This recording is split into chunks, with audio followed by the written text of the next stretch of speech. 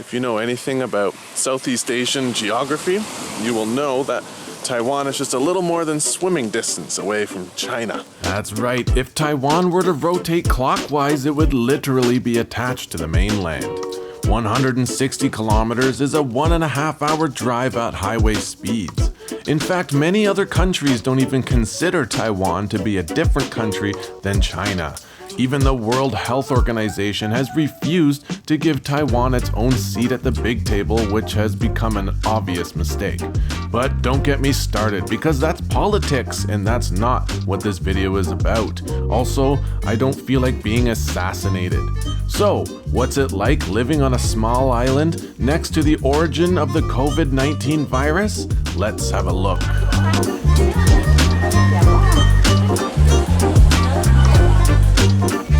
It's fine, really. I don't see what all the big fuss is about.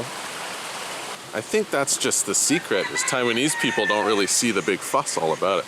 Let me explain. As you can statistically see with the United States right now, when the virus came out, they didn't really do anything. And when they were told to wear masks, you saw hordes of people who also probably don't vaccinate their children starting to complain about how their equal rights are being infringed on. And, oh, I should be told by the government what I should do. It's all a big conspiracy. Jet fuel doesn't melt steel, man. Like all these freaks doing all kinds of stupid stuff and not putting on their masks or washing their hands. Taiwanese people heard there was a virus and they went like this.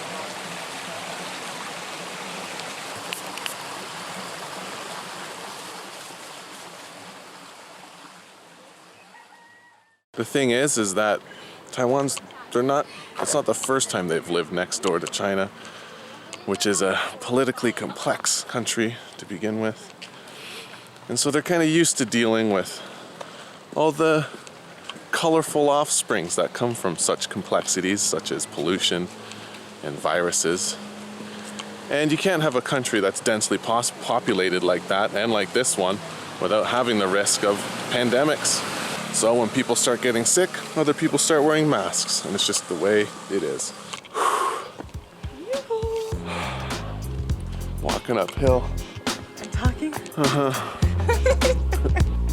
We found this old lady selling these string beans, and they're delicious.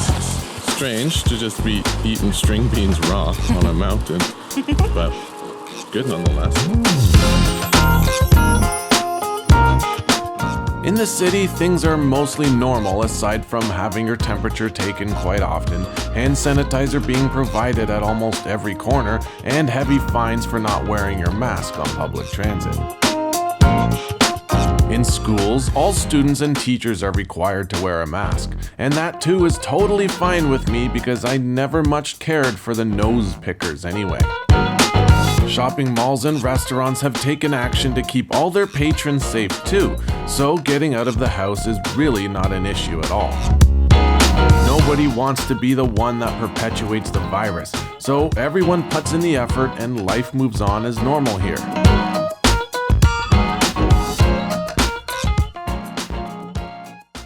One thing that Taiwan definitely did right, and that the world is recognizing now, not the World Health Organization, mind you, but the rest of the world is recognizing, is that as soon as a virus came, they locked down all the schools, they started taking temperatures and stuff at the airports and the borders. Smart, easy, and free, and it worked.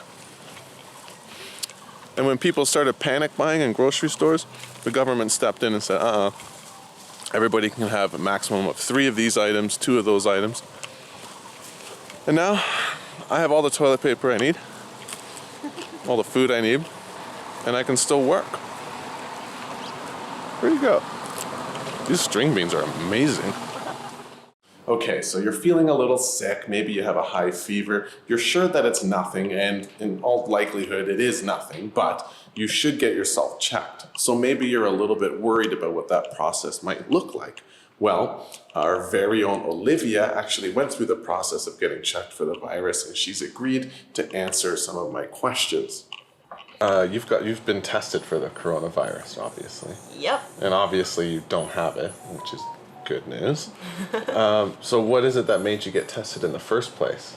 I was just under the weather, And it felt like a cold, like a normal cold. Did you have a fever? But then I had like a really mild fever, and that kind of made me nervous. And I'm a teacher, so for the safety of everybody, I just thought, it would be best to do that. So when you got there, and you told them that you wanted to get tested for the coronavirus, right? Yeah. Did they quarantine you right away, or did they just kind of leave you with the general public? The hospitals here actually have 2 entrances right now because of this, for the virus. And so there's 2 separate entrances. So once you went into the appropriate entrance, did you feel safe in there, or did you feel kind of exposed to the virus? It was really scary. Well, no, I didn't feel exposed to the virus, but it was like from the moment you go towards that entrance, like everybody's dressed differently. Yeah. Everything is like sterile. You can feel that there's a, this is meant for this. I heard some places are actually doing their tests in trailers. Right. So yeah, it's outside the building actually, and there's like 3 tents, and that's where you do the testings. Which brings me to my next question: is what were the tests? They ask you where you've been, obviously, if you've traveled, and then what's your job? Are you in contact with people from other countries and stuff like that? Right. And then they check your blood pressure. So what is the test for coronavirus? Is it a blood test? Is it a... No blood test, which I'm glad because I don't like needles. But they do 2 main things. The doctor does ask a ton of other questions, like crazy. And he goes through a list of symptoms that you should have gone through. After that, they ask you to go get an x-ray for your lungs, because that's kind of like the main thing that the virus attacks first. Right. So I got an x-ray for my lungs, and then the main thing was getting a swab up my nose. Okay. Yeah. So are they behind like a glass divider the whole time, or are they just wearing like a crazy... At first they're wearing like the mask, like the plastic mask, and then the normal mask. But then for the nose swab, actually, yes, they actually they sit you behind a glass, and then they have like this little glove things. Yeah. So the doctor actually, it's behind the glass, putting his hands through. I've seen that in movies. Yes. And then they have the swab, they grab onto it, and then the nurse tells you to hold on to these metal rods so that you don't want to like move away from them. Like handlebars? Yeah, handlebars. Yeah. And you hold on, and then they put the swab really high up there. It's really painful, actually. That sounds like... Yeah, it's really, really, really uncomfortable. And that was all the tests? That's it. It was really quick. How long does it take to get results? 48 hours. Okay. Yeah, so 2 days. So you have to be self-quarantine. Yeah. What did you do for 2 days? I did a lot of stuff, actually. I read a book. I watched lots of movies. Yeah. I worked out. So 2 days is not bad. Yeah. All right. So how much did you get medication for anything? Because you were obviously sick. Yeah. So how much did the whole thing cost? Like from from the tests and the medication and everything, how much was it? I paid 800 something NT, Taiwanese dollars. So like $30-$40 Canadian. So Taiwan is actually like being recognized now for how good they are at tracing the virus back to its origin. Yeah. They're known for using new technologies to figure out where they contracted the virus. Right. And that's, from what I understand, is like a huge step on the long road to like snuffing out the virus completely. Right. So when you're at the hospital, was there any other questions? Obviously, they asked you where you had been and everything. But like, did they make you download anything on your phone? Are they like tracking your phone and stuff? Did you feel like your privacy was... Obviously, the basic part is the very beginning is them asking you, where have you been? And they go back really far. Like they tell you, where have you been, with what kind of people, and what location have you traveled? And after that, phone-wise, yes, they ask your phone number, they ask obviously they know where you live. Right. They ask your job's number, your email. They cover quite a bit of stuff. So if you have any symptoms, you might as well just get checked. It's safer for everybody and yourself. All right. Thank you. Bye-bye. The city is a bit more quiet though, and this too is a welcome change to the otherwise noisy city that truly never sleeps. It is strange to see Taipei so empty though. You don't have to stay home, but you can tell a lot of people are. If you're in quarantine, you're probably running pretty low on things that you can do in your house. By now, you've already got a schedule where you clean the house and you make your food and you exercise and you subscribe to my channel and you share my content and maybe you become a member.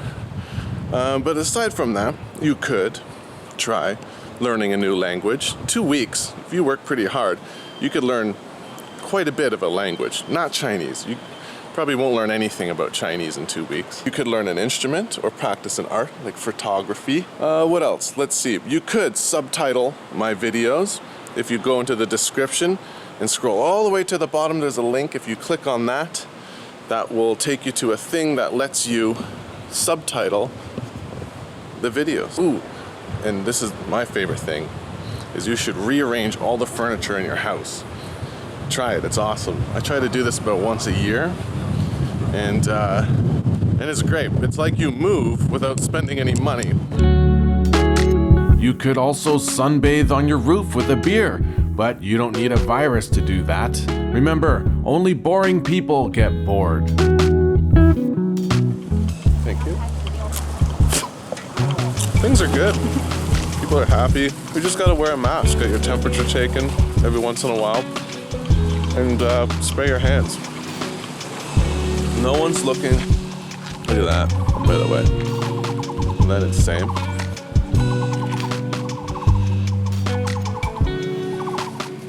It's pretty hard to care about the virus when I'm walking around like this. Because people back home, no one's looking to take away your rights. They just want your temperature. And wearing a mask doesn't make you ugly. Being ugly makes you ugly.